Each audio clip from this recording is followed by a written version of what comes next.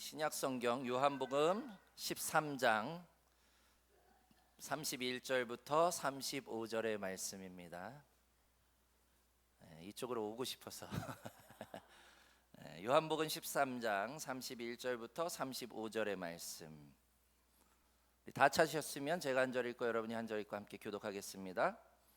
그가 나간 후에 예수께서 이르시되 지금 인자가 영광을 받았고 하나님도 인자로 말미암아 영광을 받으셨도다.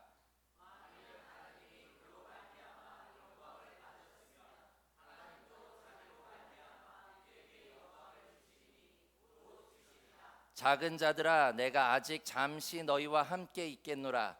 너희가 나를 찾을 것이나 일찍이 내가 유대인들에게 너희는 내가 가는 곳에 올 수 없다고 말한 것과 같이 지금 너희에게도 이르노라.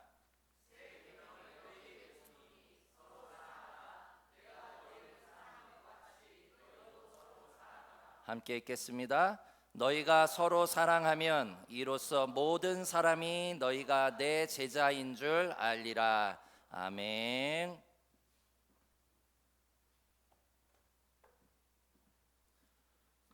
네, 오늘은 Be Fruitful in Love 마지막 시간입니다. 올 한 해 우리가 풍성한 삶을 누리기를 원하는데요. 그 중에서도 특별히 이번 시리즈를 통해서 저와 여러분이 사랑의 풍성함을 좀 맛보는 그런 시간이 되길 원하고요. 특별히 올 한 해 그리고 계속해서 그 사랑의 중요성을 여러분들이 좀 많이 인식했으면 좋겠습니다. 사실 우리가 사랑이라는 단어는요 꽤나 익숙하게 많이 사용을 하죠.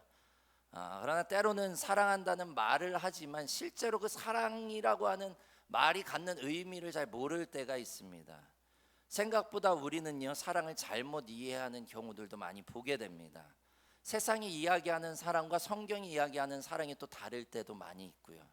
그래서 우리가 첫 시간에 사랑에 대해서 이야기할 때에 성경에서 우리에게 가르치고 있는 사랑은요 그저 감정적인 그런 사랑이 아니라고 말씀을 드렸어요. 그죠? 사랑은 뭐다? 사랑은 감정이 아니라 성품이다. 그죠? 사랑은요 감정은요 금방 타올랐다가 식었다 반복이 돼요. 성품은요 아니에요. 사랑은 성품입니다. 여러분들 성경에 보면 사랑은 오래 참고 온유하고 겸손하며 시기하지 않고 교만하지 아니하고 쭉 나가잖아요. 그 사랑을 보십시오. 어디에 거기에 감정적인 요소가 있습니까? 다 성품이에요. 온유하고 겸손하고 시기하지 않고 분내지 않고. 그죠? 그래서 이 성품은요 또 어떤 분들은 갖고 태어난다라고 생각하세요. 기질은 갖고 태어나지만 성품은요 전 생애에 걸쳐서 만들어지는 것이에요. 한 사람의 인격과 성품은요 만들어지는 겁니다. 훈련을 통해서 습관을 통해서. 즉 사랑도 우리가 계속해서 노력해야 된다는 거예요. 만들어 가야 된다는 거예요. 온유하고 겸손하고 시기하지 않고 분내지 않기 위해서 계속해서 우리는 우리 사랑을 키워가야 된다라고 말씀을 드렸습니다. 그래서 늘 실천과 노력을 통해서 얻어지는 게 사랑이라고 강조를 했어요.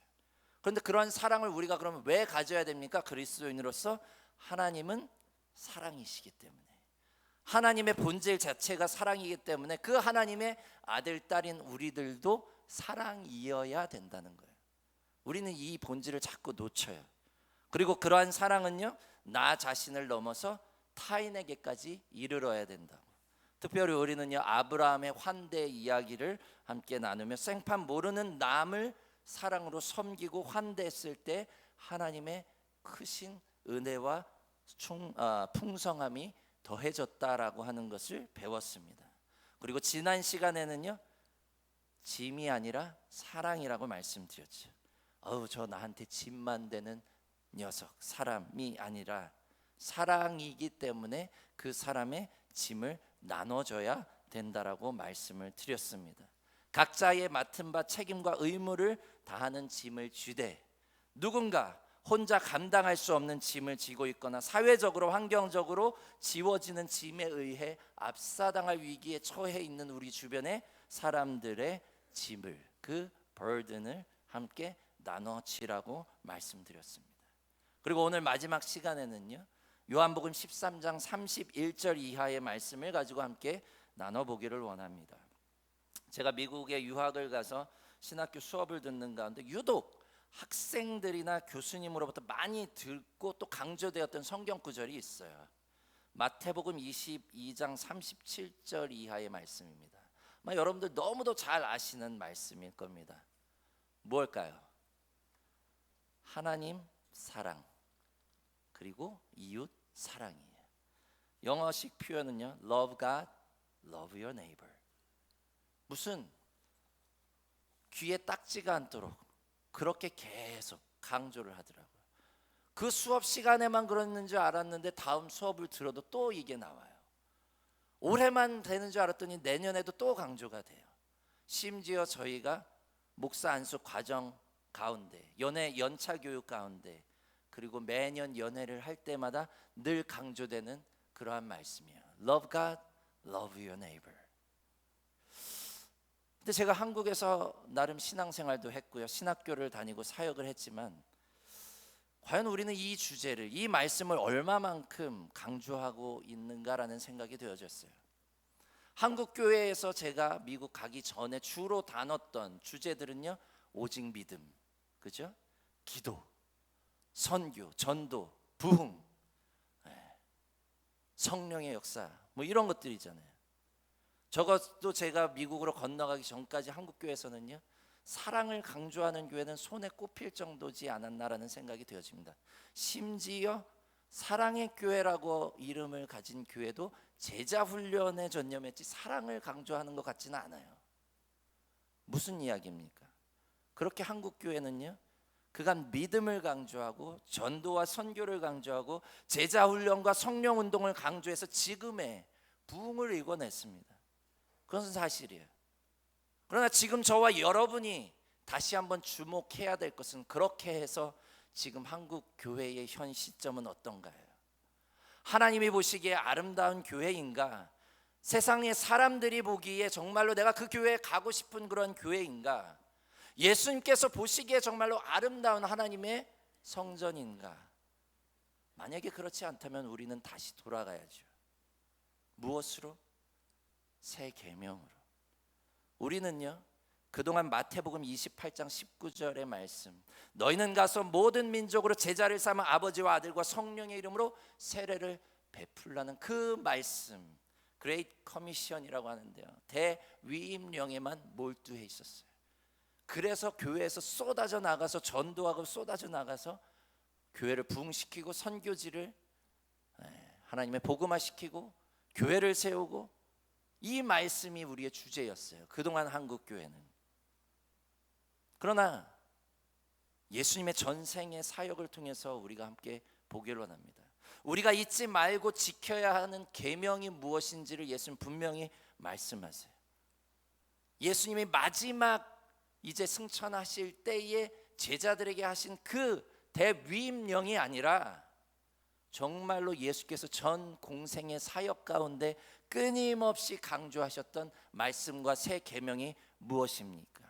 그것은 바로 Love God, 하나님을 내 마음과 뜻을 다해 사랑하라. 그리고 Love your neighbor, 너의 이웃을 내 몸과 같이 사랑하라. 이것이 바로 예수께서 우리에게 지키라고 명령하신 계명이에요. 과연 우리는 그 계명을 지키고 있는가? 다시 한번 생각해 보기를 원합니다.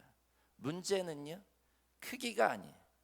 얼마나 많은 선교사를 파송하고 얼마나 많은 선교지를 돕고 있느냐가 아니라는 거예요. 현 시점에서 우리가 돌아봐야 될 것은요, 하나님 나라의 확장이 아니라 하나님 나라의 성취예요. 하나님 나라가 확장되면 뭐합니까? 그 안에 사랑이 없는데, 하나님의 나라가 이루어지고 있지 않는데, 제자로서의 역할로서 나아가서 전하는 게 중요한 게 아니라 제자로서 사는 게 중요한 거예요. 알맹이가 중요한 겁니다. 그래서 오늘 본문 말씀 35절 말씀 우리 다 함께 읽어보겠습니다. 시작. 너희가 서로 사랑하면 이로써 모든 사람이 너희가 내 제자인 줄 알리라. 아멘. 저는 이 말씀을 읽으면서요, 오늘날 왜 전도가 안 되는지 알 것 같았어요. 왜 많은 믿지 않는 사람들이 더 이상 교회를 오고 싶어 하지 않는지, 그동안 모든 민족으로 제자를 삼으라는 말씀에 입각해서 열심히 전도하고 선교했지만 오히려 전도와 선교는 더 힘들어지고 교회는 쇠퇴해가는 지금 현 시점에서 왜 그런지 알 것 같아요. 그것은요, 더 이상 우리가 열심히 스티커 붙여서 나눠줬던 전도용품이 새롭지가 않아서도 아니고요, 목사님의 설교가 예전보다 은혜가 되지 않아서도 아니고요, 성령의 뜨거운 역사가 더 이상은 교회에 없어서도 아닙니다. 기도가 부족해서도 아니에요. 가장 근본적인 원인은요, 교회 안에 사랑이 없기 때문이에요. 서로 사랑하지 않기 때문입니다. 말로는 우리가 그리스도를 말하고 그리스도의 제자가 되겠다고 하지만 저들의 마음 가운데 사랑이 없기 때문이에요. 그 어떤 진심 어린 사랑이 느껴지지 않고요, 성도 간에도 사랑이 느껴지지 않아요. 예수를 믿고 제자가 되고 싶은 마음이 없는 그러한 마음이 아닐까라는 생각이 되어질 정도입니다. 그러나 오늘 예수께서 말씀하십니다. 너희가 서로 사랑하면 이로써 모든 사람이 너희가 내 제자인 줄 알리라. 예수님의 제자가 되는 방법은요, 길거리에 나가서 역에 나가서 열심히 전도지를 돌리는 게 아니에요. 그러면 쟤는 예수님의 제자구나라고 하는 게 아니라는 거예요. 선교지에 나가서 열심히 선교를 하는 것으로 예수님의 제자라고 사람들이 평가하지 않는다는 거예요.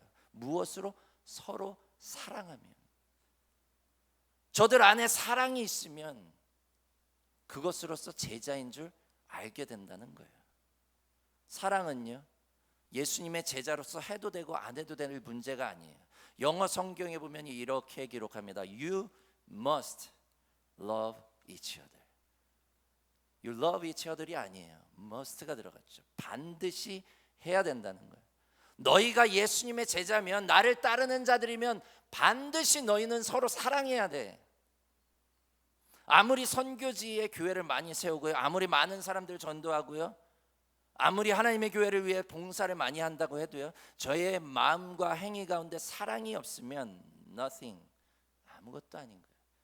자기 성취를 위해서 하는 거예요. 목사님들도 마찬가지입니다. 자기 만족을 위해서 하는 거예요. 하나님의 이름을 빌려서, 예수님의 이름을 빌려서, 그리고 제자라는 그러한 뿌듯함을 가지고 살아가요. 그러나 그 안에 사랑은 교만하지 아니하며, 분내지 아니하며, 온유하며, 겸손하며, 이것이 먼저예요. 알맹이가 먼저입니다.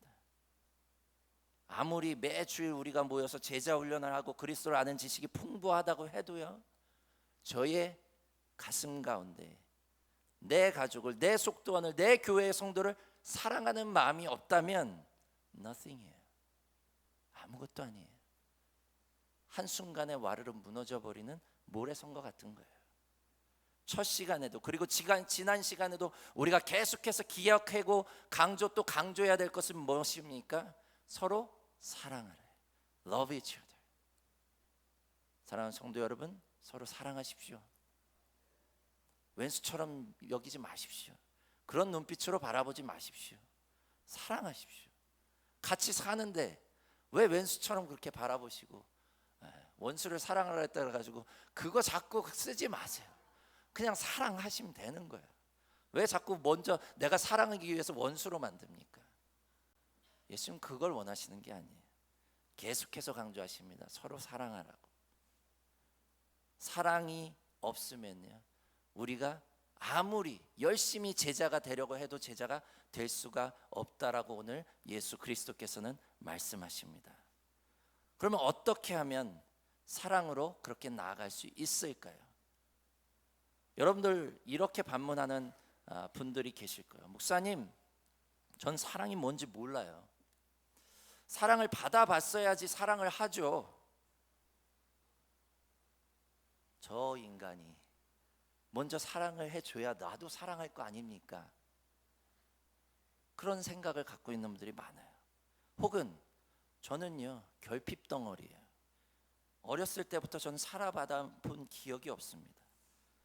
저는 부모가 있지만 저는 고아예요. 목사님, 그런 사람이 어떻게 사랑을 할 수 있습니까? 일단 충분히 받아봐야 되지 않겠습니까? 그래서 저는 먼저 받겠습니다 라고 하는 마음을 갖고 교회를 찾아오시는 분들이 많아요. 그리고 가실 때까지 계속 받기만 하시는 분들도 계세요. 분명 일리 있는 말입니다. 사랑도 받아봐야 되는 것이고요. 채워지지 않은 상태에서 잘못 사랑을 주려고 했다가 역효과가 일어나는 경우들도 사실입니다. 근데 오늘 예수께서 우리에게 주신 계명인 서로 사랑하라는요, 이 같은 변명이 해당되지 않습니다.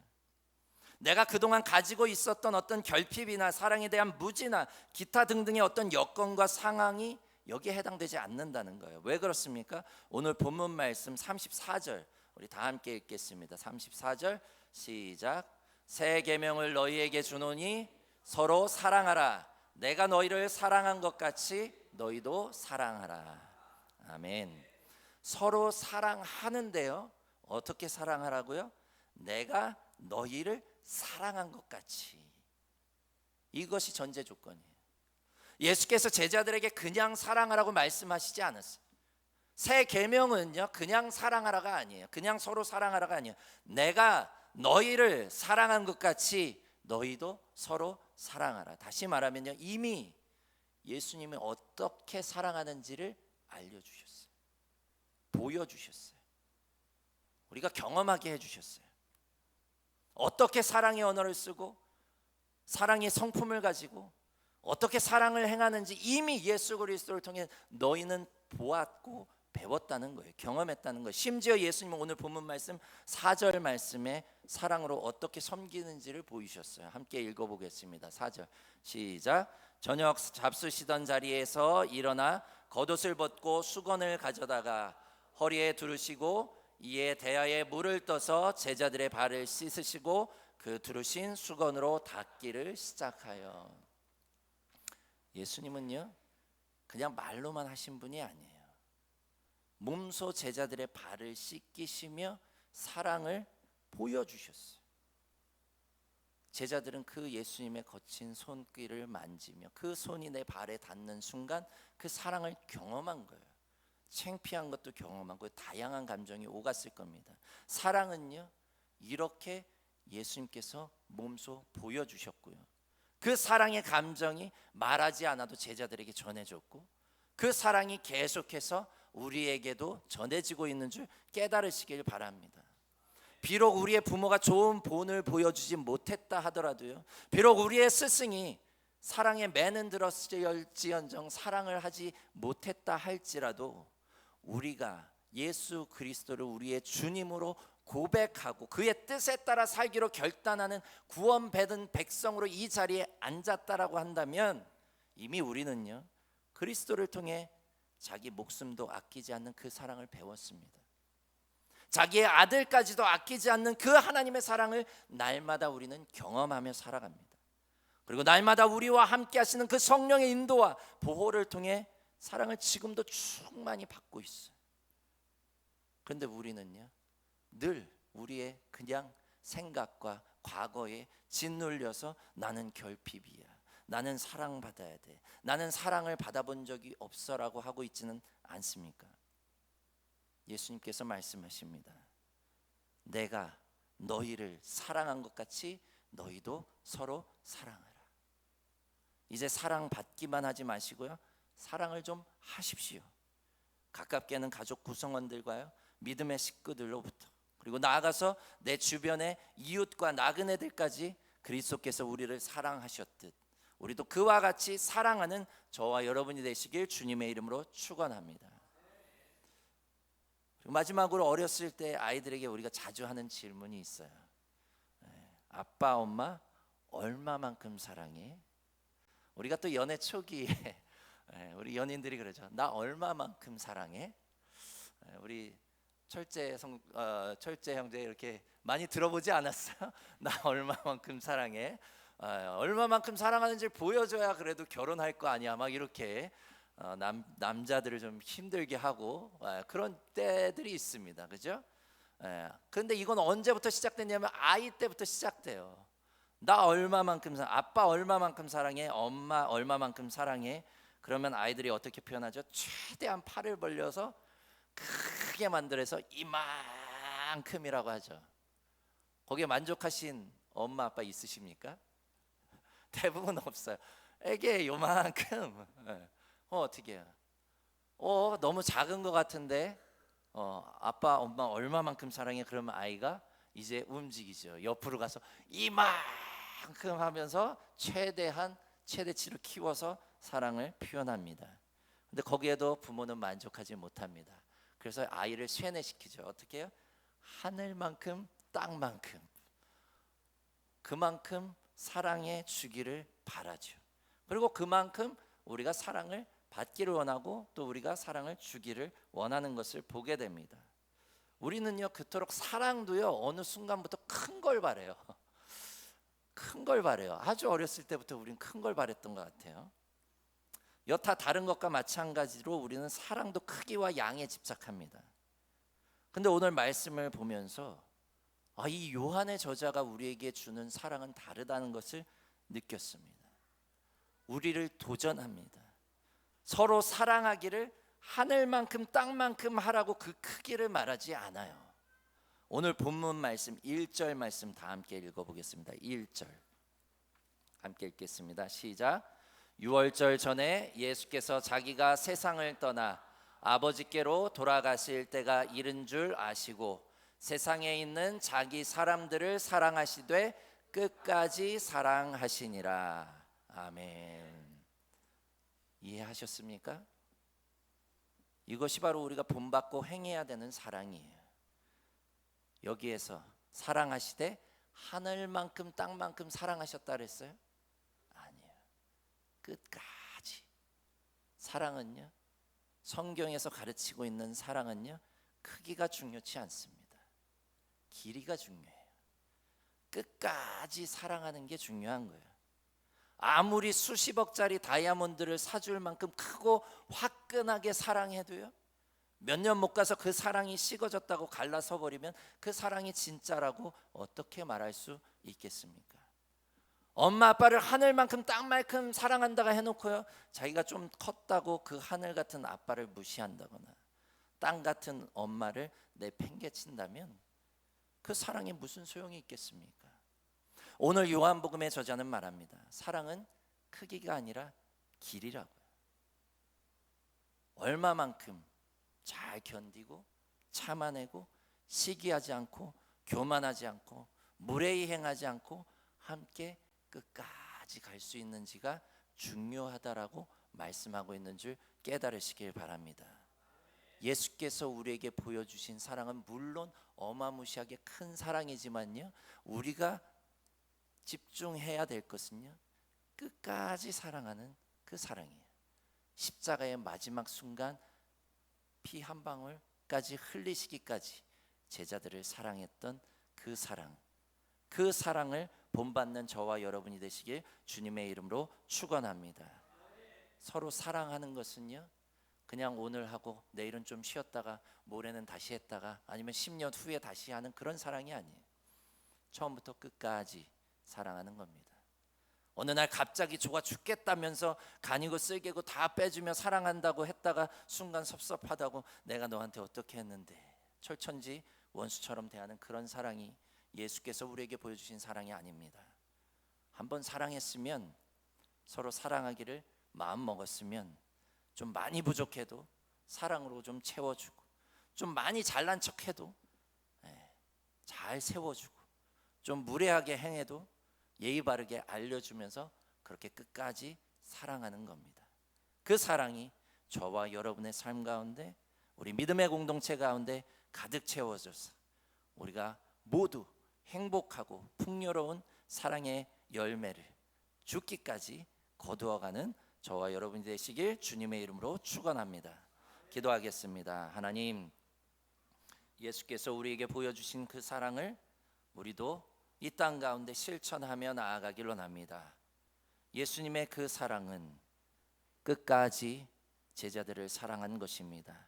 죽을 때까지 그 제자들을 사랑하며 저들을 위해서 성령 하나님을 보내주시며 저들을 보호하고 인도하신 그 사랑에 힘입어 우리가 지금 살아가오니 하나님, 우리도 우리의 삶의 자리에서 우리의 자녀들을, 우리의 부모를, 우리의 가족을, 우리의 이웃을, 우리의 친구를 그렇게 끝까지 사랑하는 하나님의 백성들이 되게 하여 주시옵소서.